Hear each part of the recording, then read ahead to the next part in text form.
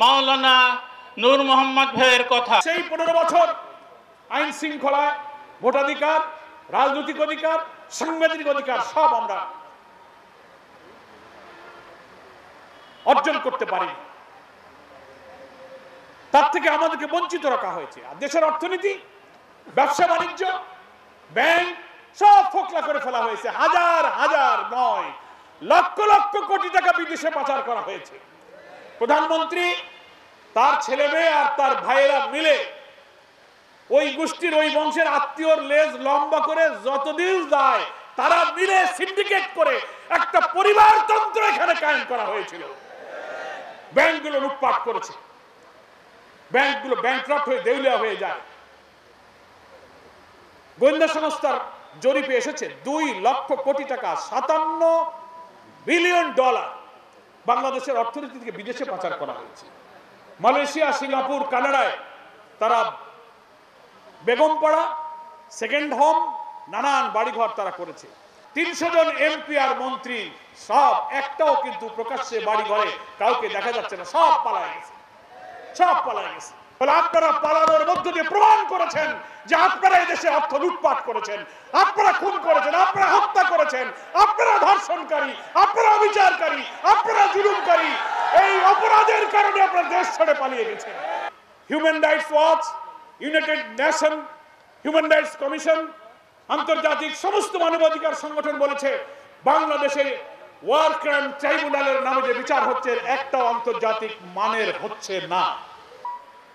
যে আমাদের নেতাদের ফাঁসি দিতে গিয়ে মিথ্যা মামলা, মিথ্যা সাক্ষী সাজানো লাগছে, কিন্তু এই পতিত ফ্যাসিবাদের মাস্টারমাইন্ড এবং তার সহযোগীরা যে অপরাধ করেছে, যে খুন করেছে দিনের বেলায়, এর জন্য কোনো মিথ্যা মামলা, মিথ্যা এজাহার, মিথ্যা সাক্ষী লাগবে না।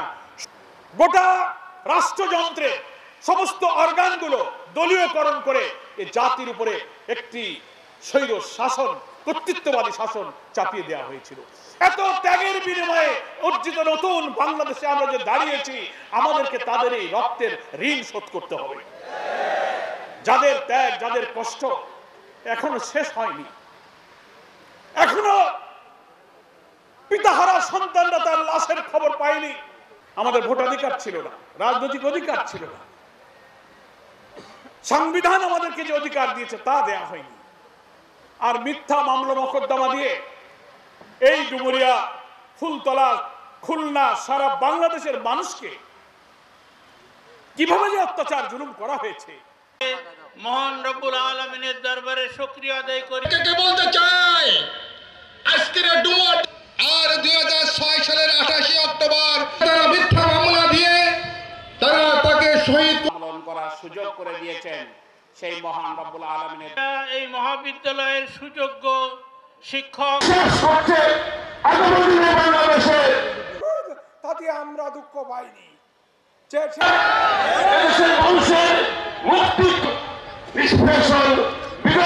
আমরা বলতে চাই আজকে এই কর্মী সমাবেশে আমাদের পক্ষপাত হতে হবে। জেনারেল 7.5 বছর সিনার জনাব মাস্টার সরকার আমার সামনে